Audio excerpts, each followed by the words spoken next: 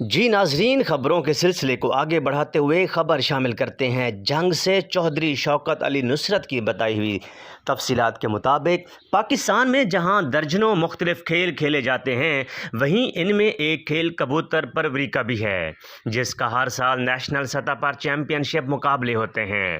اس مرتبہ ریس کے ونر کبوتروں میں شامل 600 کلومیٹر کا فضائی فاصلہ صرف 6 گھنٹے میں طے کر کے کبوتر واپس اپنے گھر پہنچ آئے ہیں۔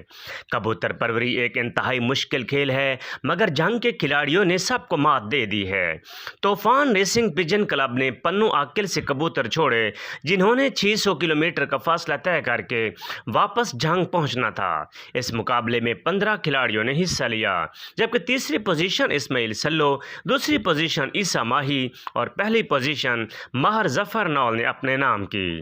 تقریب کے مہمان خصوصی ڈاکٹر محمد ارشد خان تھے، جنہوں نے اپنے ہاتھوں سے انعامات تقسیم کیے، جبکہ اسٹیج سیکرٹری بلال رامے اور دیگر مہمانان کھلاڑیوں نے طوفان ریسنگ پجن کے صدر عیسیٰ ماہی، اعظم راٹھور، سفیان جٹ، عابد قریشی اور ڈاکٹر ریاض شامل تھے۔ کھلاڑیوں کا کہنا تھا کہ ہمارے کبوتر دور دراز کے علاقوں سے سفر طے کر کے واپس اپنے گھروں کو لوٹ آتے ہیں، جبکہ تمام کھلاڑی اپنی مدد آپ کے تحت اس شوق کو پورا کر رہے ہیں۔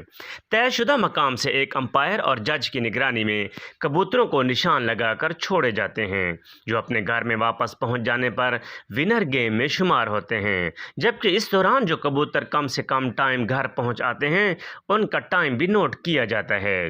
نیشنل سطح کے کلب بنا کر ایونٹ منعقد کیے جا رہے ہیں۔